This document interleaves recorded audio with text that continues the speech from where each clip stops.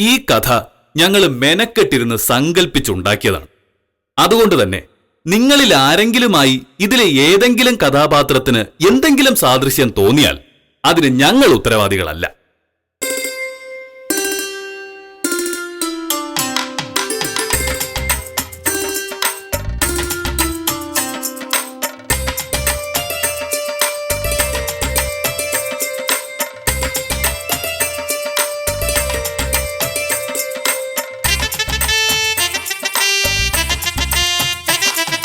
കാലമെത്ര കഴിഞ്ഞാലും കാവ്യമെത്ര പിറന്നാലും കാവ്യമെത്ര പിറന്നാലും